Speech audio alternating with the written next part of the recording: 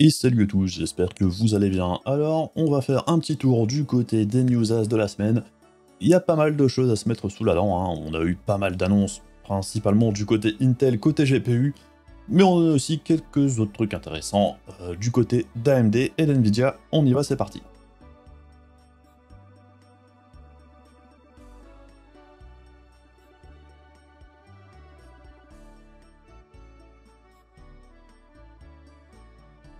Alors, on débute avec cette histoire de quality check qui se passe pas toujours très bien. Puisque souvenez-vous, hein, il y a quelques semaines, j'en avais pas parlé il me semble, mais on avait eu cette 6700 XT qui était sortie des usines de chez PowerColor avec toujours les étiquettes, enfin les films de protection sur les pads thermiques qui sont censés refroidir la mémoire des GPU. Bon alors c'est plutôt gênant, ça devait forcément beaucoup moins bien fonctionner que s'ils avaient été enlevés. Mais bon, ce type d'erreur humaine, ça peut arriver hein, sur les chaînes de production, ça reste très rare je pense, ça la fout toujours mal quand on achète un GPU et qu'on s'aperçoit qu'il reste quand même ce genre de choses dessus. Mais bon, ça c'était il y a quelques semaines, et la semaine dernière, on a vu passer ceci. Alors c'est pas une capote usagée sur un GPU, c'est une protection pour les doigts, qui était apparemment coincée dans une RTX 3090 Founders Edition. Ce qui la fout plutôt mal hein, sur un produit qui coûte 1500 balles, avec en plus de la GDDR6X qui chauffe énormément, hein, ça tout le monde le sait. Du coup, ça devait pas aider beaucoup. Et c'est probablement pour ça que cet utilisateur avait eu pour idée de changer hein, les pads thermiques de sa RTX 3090, puisque la GDDR6X, ça chauffe énormément. Ici, il atteignait environ 110 degrés sur la RAM, ce qui est énorme. Bon, alors on sait que sur les Founders Edition et sur certains autres modèles, au niveau de la RAM, le refroidissement, c'est un petit peu limite. Normalement, la GDDR6X est certifiée OK au niveau température jusqu'à environ 110 degrés. Là, clairement, c'était un petit peu borderline. Du coup, il a démonté sa carte, il a trouvé ça. Forcément, ça devait pas aider à la dissipation de la carte. Quand on a une carte avec de la GDDR6X chez Nvidia, ce n'est pas forcément une mauvaise idée de changer les pads thermiques. Alors les pads thermiques, hein, ça ressemble à ça. Ça s'achète sur Amazon, hein. Par exemple ici c'est du Gelid, il y a d'autres marques. À peu près n'importe quoi est mieux que ce qui était mis d'origine. Et on peut gagner 15-20 degrés juste en changeant les pads thermiques des puces mémoire, donc ce qui est quand même assez conséquent. Si vous avez une carte Founders Edition ou autre chez Nvidia, et que vous trouvez que la température de votre RAM est très élevée, c'est pas forcément une mauvaise idée de changer les pads thermiques. Ça coûte pas grand chose et ça pourra très probablement aider à la longévité de votre carte. Alors après, il faut se sentir aventurier de démonter ça. C'est pas si compliqué, il y a plein de tutos sur YouTube hein, si jamais vous cherchez. Et au niveau garantie, ça dépend des marques, mais bon. C'est quand même dommage de devoir changer ce type de choses sur une carte aussi chère. On est d'accord. On continue indirectement avec le vol de données qui a eu lieu chez Gigabyte dernièrement, puisque leurs serveurs ont été hackés. On s'attendait à avoir potentiellement des news, des leaks. C'est ce qu'on a eu ici, hein, même si c'est plus des confirmations de choses dont on avait déjà entendu parler par le passé. Puisqu'on a eu un diagramme du futur chipset AMD 600 qui devrait équiper les futurs processeurs Ryzen de chez AMD en AM5, les fameux chipsets avec DDR5. Et du coup, on a confirmation ici qu'effectivement, sur ce premier chipset, il n'y aura pas le support du PCI Express génération 5. On restera sur du PCI Express 4, ce qui n'est pas spécialement gênant sur cette première génération, hein, puisque déjà, bon, au niveau SSD, on n'a pas encore de SSD en PCI Express 5.0, et au niveau des GPU, c'est pareil, on n'a toujours pas les premiers GPU qui supportent le PCI Express 5.0. Ça reste malgré tout un léger avantage pour la future génération d'Intel, hein, qui aura le support du PCI Express 5.0, même s'il n'y a uniquement que 16 lignes, ce qui veut probablement dire uniquement pour le GPU.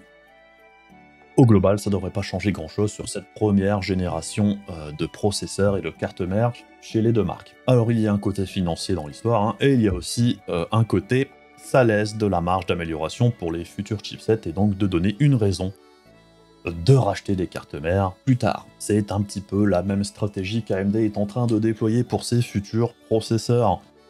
Puisque l'on sait que sur la future génération chez AMD, on sera toujours avec du 16 core 32 threads, comme sur la génération actuelle et la génération précédente. Alors que l'on sait également qu'AMD a fait des tests pour pouvoir passer jusqu'à 24 cores sur la plateforme grand public.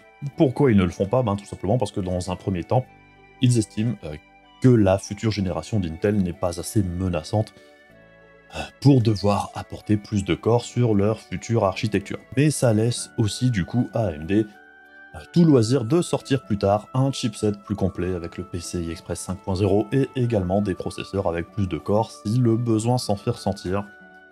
C'est juste que là, comme la concurrence n'est pas assez forte, c'est pas nécessaire dans un premier temps. Bref, que ce soit Intel, AMD ou n'importe qui d'autre, tout est toujours bon pour repasser à la caisse plus tard. On continue chez AMD toujours avec l'annonce du AMD Instinct MI200 qui doit sortir pour la fin de l'année. Alors pourquoi ce GPU pour professionnels est intéressant? C'est l'architecture CDNA, donc qui est destinée aux professionnels, et qui est intéressant, c'est que c'est la première architecture qui sort en multi-chip design au niveau GPU dans le commerce. Donc ce qui veut dire que AMD est légèrement en avance à ce niveau-là par rapport à ses concurrents, puisqu'NVIDIA Hopper doit sortir plus tard, et chez Intel, on sait que le Xi HPC pour les entreprises, donc Ponte Vecchio, doit débarquer lui début 2022. Donc petite avance au niveau du multi-chip de la part d'AMD, ce qui aussi veut bien dire que le futur RDNA 3 sera bien en multi-chip, même si tout pointait à ce que ce soit le cas jusqu'ici. Et en parlant de RDNA 3, justement, apparemment, on aurait bien du multi-chip et une nouvelle architecture pour RDNA 3 pour Navi 31 à 33, mais pour les plus petites puces, apparemment, on aurait un refresh de RDNA 2 en 6 nanomètres. Ce qui est intéressant ici, du coup, c'est qu'AMD va produire effectivement une nouvelle architecture qui sera utilisée uniquement sur le haut de gamme, très haut de gamme, du coup, et tout ce qui est puce un petit peu plus bas de gamme, ce sera un refresh des cartes actuelles en 6 nanomètres, donc du coup probablement plus efficace, ce qui devrait permettre d'augmenter un petit peu les performances de celle-ci. Le gros avantage pour AMD et potentiellement les clients, c'est que tout n'est plus produit sur le même nœud de fabrication, ce qui permet potentiellement à AMD de produire beaucoup plus de GPU qu'ils ne le font actuellement, puisque tout était fabriqué sur le 7 nanomètres de chez TSMC, ce qui posait problème sur cette génération, puisqu'on avait les deux nouvelles consoles, les nouveaux processeurs et tous les GPU. Là, ici, ça devrait être dispatché de façon un peu plus intelligente, je dirais, ce qui devrait créer moins d'embouteillage au global. Donc bon, dans l'ensemble, c'est plutôt une bonne chose, même si ça veut dire que le bas de gamme de la future gamme d'AMD devrait du coup toujours se baser sur RDNA 2 et non pas sur RDNA 3, et ça c'est un petit peu plus dommage. On enchaîne avec Nvidia et le grand Manitou d'Nvidia, Jensen Huang, qui nous annonce à demi-mot qu'en gros, il estime que la situation au niveau approvisionnement de GPU devrait rester compliquée jusque 2023. Alors on verra bien, c'est tout à fait possible. Après il faut aussi comprendre que c'est tout à son avantage de dire ça. Puisqu'en gros, il donne le signal comme quoi, vous pouvez quand même acheter ce qui est disponible maintenant à prix de merde, puisque les prix de merde devraient continuer jusque 2023, ce qui n'est pas forcément le cas. On verra bien comment ça évolue. On a quand même noté une légère amélioration au début de l'été, alors maintenant, avec les cryptos qui repartent à la hausse, ça a tendance à repartir mal, je dirais, au niveau prix des GPU. Mais ça veut pas dire que ça va se maintenir comme ça jusqu'à fin 2022. Il y a énormément de choses qui peuvent se passer d'ici là, et on verra bien si ce qu'il vient de nous dire ici se vérifie ou pas.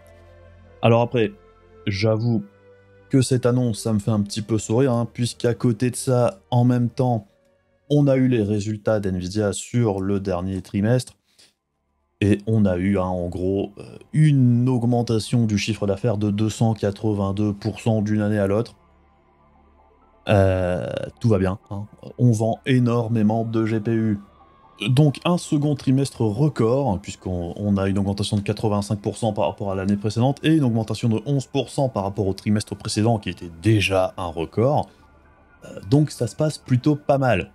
Après, on a aussi eu un petit peu de bullshit sur le fait qu'NVIDIA estimait que les cartes dédiées au minage n'allaient pas beaucoup se vendre et que c'était minime. Très certainement le cas, hein, puisque de toute façon, le gros des GPU qui partent pour les mineurs et pour les grosses firmes de minage, ce sont les GPU de gamers. Et à ce niveau-là, tout se passe plutôt bien. Puisque oui, hein, ceux qui posent le plus gros problème actuellement au niveau approvisionnement de GPU, alors il y a certes des problèmes de pénurie, d'augmentation de tarifs, machin, tout ça, qui sont au final plutôt minimes vis-à-vis de la situation actuelle. Ce qui pose le plus problème, comme je le disais dans mon test de la 6600 XT, c'est que si on suit la courbe du prix des cryptos, ben on s'aperçoit que le prix des GPU suit étrangement relativement bien cette courbe, et que ça se passe comme ça à chaque fois. Donc, ce qui pose le plus de problèmes actuellement, c'est tout simplement le minage de crypto. Et on ne sait pas du tout comment ça va évoluer d'ici la fin de l'année. Est-ce que le changement de fonctionnement de l'Ethereum, le passage au Proof of Stake, changera fondamentalement la demande au niveau des GPU? On ne sait pas trop. Donc annoncer déjà actuellement le fait qu'on va avoir du mal à se procurer du GPU, tout en sachant que l'immense majorité de la production de GPU part sur les fermes de minage actuellement, si ça sort de l'équation, la situation va forcément beaucoup mieux se passer, tout en sachant qu'en plus, si les autres cryptos n'arrivent pas à assimiler la puissance de calcul qui sortira de l'Ethereum par la suite, on va se retrouver potentiellement avec énormément de GPU d'occasion. Donc il peut se passer plein de choses hein, jusque fin 2022. Personnellement, j'ai un peu de mal à croire que la situation va être aussi mauvaise qu'elle ne l'a été jusque-là. Mais on verra bien. Plus intéressant, voire surprenant du coup vis-à-vis de la situation, c'est qu'apparemment, on aurait un bundle Battlefield 2042 avec les RTX 3000 d'ici la fin de l'année très probablement. C'est ce que semble annoncer Inno3D. Donc ça concerne les RTX 3070 et supérieurs, hein, donc si vous avez une 3060 Ti ou que vous prévoyez d'en acheter une, pas de Battlefield 2042. Alors après, est-ce que le jeu sera bien? C'est une autre histoire. Des oui-dire que j'ai entendu de personnes qui ont testé le jeu dernièrement, il reste du boulot. Donc je sais pas si c'est un très bon deal, je sais pas si le jeu sera bien. Mais bon, à la limite, on s'en fout. On n'avait pas eu de bundle de jeux avec un GPU depuis la sortie en fait des RTX 3000, hein, puisque vous vous en souvenez peut-être pas, mais à l'époque de la sortie, on avait eu un bundle avec Call of Duty, et on avait aussi avec toutes les RTX 3000 un an de GeForce Now offert, ce qui était plutôt sympathique dans l'ensemble. Toujours bon à prendre, hein, que ce soit le jeu ou l'abonnement à GeForce Now, et chez AMD, on n'a pas eu de bundle depuis très très longtemps. Alors je suis pas contre ce type de bundle, ça permet de faire un petit peu mieux passer la douloureuse. Si par exemple on avait des GPU 100-200 balles plus cher, le fait d'avoir un jeu qu'on a envie d'acheter gratuitement, c'est toujours ça de prix. On espère du coup qu'AMD va répliquer avec autre chose, hein, ce serait plutôt une bonne chose. Sinon, toujours côté Nvidia, DLSS Swapper, c'est une petite application qui est sortie la semaine dernière il me semble, qui permet en gros de changer automatiquement les DLL et du coup la version du DLSS qui est utilisée dans vos jeux. Ce qui permet, par exemple, quand vous jouez à Cyberpunk, d'utiliser la dernière version du DLSS, ce qui permet d'avoir une amélioration, par exemple, au niveau du ghosting. Donc c'est un petit utilitaire plutôt pratique qui vous permet d'automatiser la chose et de changer de version de DLSS. Ça vous permet aussi de voir par exemple l'évolution du DLSS entre les différentes versions, si c'est un truc qui vous intéresse. Donc bref, si c'est pas quelque chose que vous avez envie de faire à la main, que vous savez pas trop, du coup ce petit utilitaire, ça peut être pratique pour vous, je mettrai le lien dans la description si ça vous intéresse. Toujours chez Nvidia, on avait parlé du minage de crypto, hein, les RTX 3000, les cartes LHR, hein, souvenez-vous le LHR c'était censé diminuer, enfin ça diminue les performances en minage de crypto-monnaie de 50% quand on mine de l'Ethereum. C'est important, uniquement l'Ethereum pratiquement. Bon, apparemment, cette limitation a été contournée par un programme de minage de crypto, hein, du coup, qui réussit à faire passer du coup les performances de 50% à 70% des performances normales. Ce qui est mieux que 50%, mais ce qui n'est pas incroyable non plus. Mais bon, on voit que du coup, il y a une première brèche qui a été passée sur cette protection soi-disant inviolable. Comme toutes les protections inviolables, ce n'est qu'une question de temps généralement avant qu'elles soient contournées. Alors ici, on n'a pas eu Nvidia qui nous a fourni un driver qui enlevait la protection. Du coup, est-ce que ça change vraiment quoi que ce soit à la situation? Pas vraiment, hein, puisque si par exemple on regarde, on va prendre une 3080 actuellement, avec une carte non LHR, ça rapporte 6,83 $ par jour en minant de l'Ethereum. Mais on voit que juste en dessous, par exemple, la deuxième chose la plus rentable, c'est l'Ergo, qui utilise un autre algorithme que le LHR n'impacte pas, qui rapporte 5,73 $ par jour. Et on a aussi le Ravencoin, le BitTube Cash, enfin, il y a plein d'autres algorithmes qui sont utilisables avec une carte LHR et qui ne sont pas bridés, et qui sont tout à fait rentables aussi.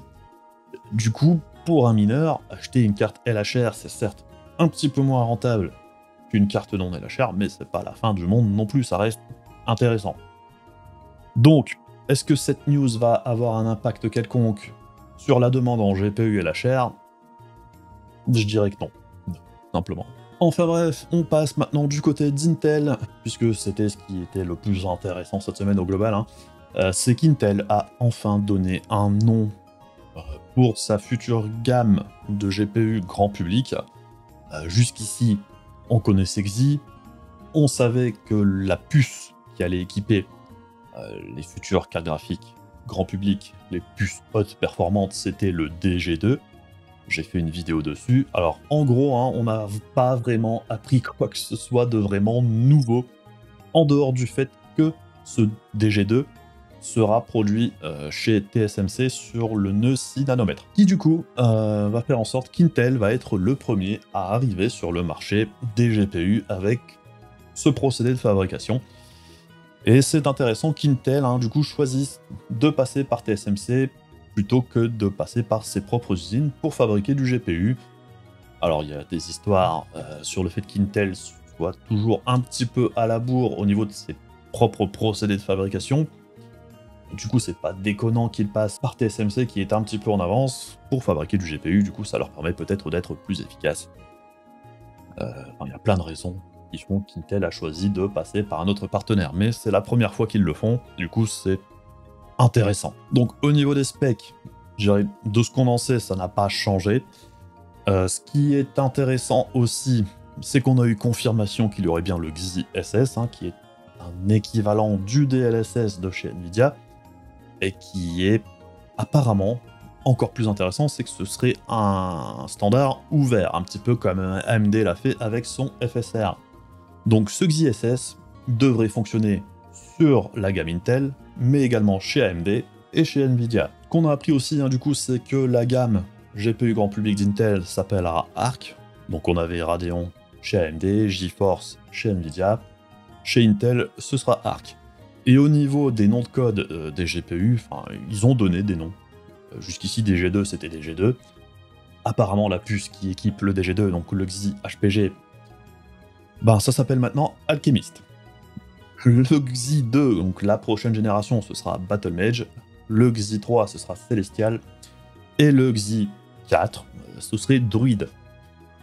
ABCD, hein, c'est plutôt simple. On a des noms ici, plutôt Heroic Fantasy, Donjons et Dragons et compagnie.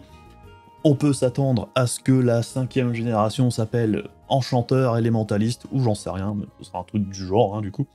Si on continue sur cette lancée, c'est des noms plutôt rigolos.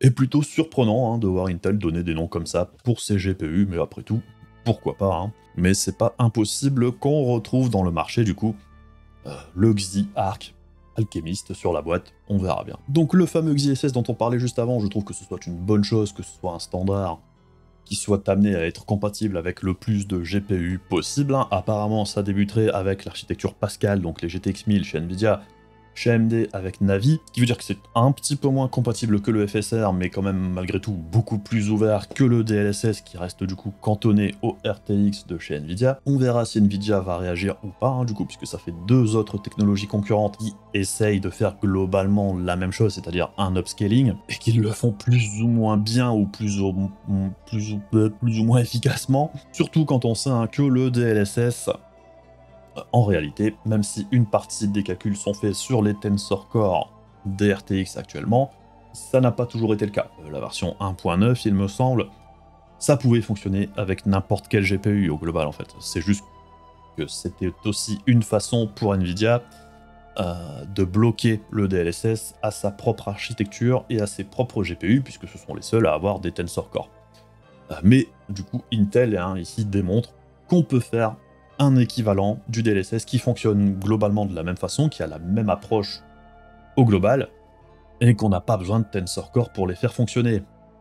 Donc en réalité, le DLSS, ça aurait pu fonctionner sur le GTX 1000 par exemple, c'est juste qu'NVIDIA en a décidé autrement. Donc bref, le DG2, Alchemist, ça doit sortir premier trimestre 2022, avec probablement plus d'infos au CES au mois de janvier, avec probablement un lancement plus ou moins rapidement après, ou pendant, j'en sais rien. Ça va arriver assez vite, on aurait aimé que ça arrive avant, hein. Franchement, tout le monde aurait aimé avoir potentiellement un GPU correct, même si ça vient de chez Intel, avant la fin de l'année, ben ce sera pour début 2022. Alors après, comme je le dis assez souvent, je suis plutôt content qu'un troisième acteur arrive sur le marché des GPU, ça permettra peut-être de faire évoluer le statu quo actuel, qui est Nvidia nous donne une tranche de prix performance et AMD qui se cale tout juste derrière au niveau tarif avec des performances similaires qui n'étaient pas spécialement intéressants. Hein. On n'avait plus vraiment de guerre des prix.